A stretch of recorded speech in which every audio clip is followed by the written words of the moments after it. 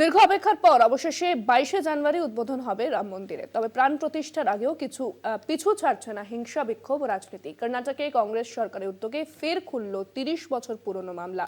রাম জন্মভূমি আন্দোলনের সময় হওয়া একাধিক মামলায় পুনরায় তদন্ত শুরু করেছে কর্ণাটক পুলিশ। কংগ্রেসের ট্রাম্প কার্ড বাড়ছে বিজেপির অস্বস্তি। ফের জাতীয় রাজনীতিতে অস্বস্তি। রাম মন্দির উদ্বোধনের আগে বিতর্ক, খুলল 30 বছর পুরনো মামলা। রাম মন্দিরের কর্মীদের বিরুদ্ধে 30 বছর পুরনো মামলায় শান। আবারও ধরপাকড় শুরু কর্ণাটক পুলিশের। কংগ্রেসের তৎপরতাতেই ফের তদন্তে নেমেছে পুলিশ। কংগ্রেসের অভিযোগ, রাম জন্মভূমি আন্দোলনের অনেক ব্যক্তি এখন বিশিষ্ট বিজেপি নেতা। সেই সময় বিজেপি ক্ষমতায় থাকায় নেতাদের বিরুদ্ধে কোনো তদন্ত হয়নি। কংগ্রেসের এই পদক্ষেপে ক্ষোভ প্রকাশ করেছে একাধিক হিন্দু সংগঠন।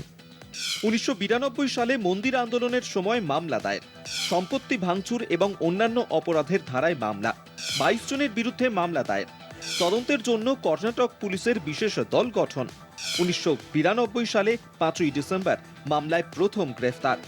হুগলি পুলিশের হাতে গ্রেফতার হন অভিযুক্ত শ্রীকান্ত পূজারী।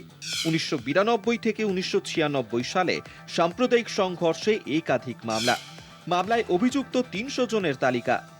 পুলিশ সূত্রে খবর, বর্তমানে অভিযুক্তদের অধিকাংশের বয়স 70-এর কাছাকাছি। অনেকেই শহর ছেড়ে চলে গিয়েছেন, আবার অনেকে প্রশাসনের গুরুত্বপূর্ণ পদে রয়েছেন।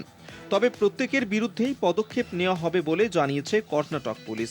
কংগ্রেসের আচমকা এই পদক্ষেপের তীব্র সমালোচনা করছে বিজেপি। তবে দীর্ঘদিন ধরে বিচারাধীন মামলায় অভিযুক্তদের খুঁজে বের করাই আবশ্যক, বলছেন হুগলি ধারওয়াদের পুলিশ কমিশনার রেণুকা কে সুকুমার। সব মিলিয়ে লোকসভার আগে ফের একবার জাতীয় রাজনীতি সরগরম। কলকাতা টিভি।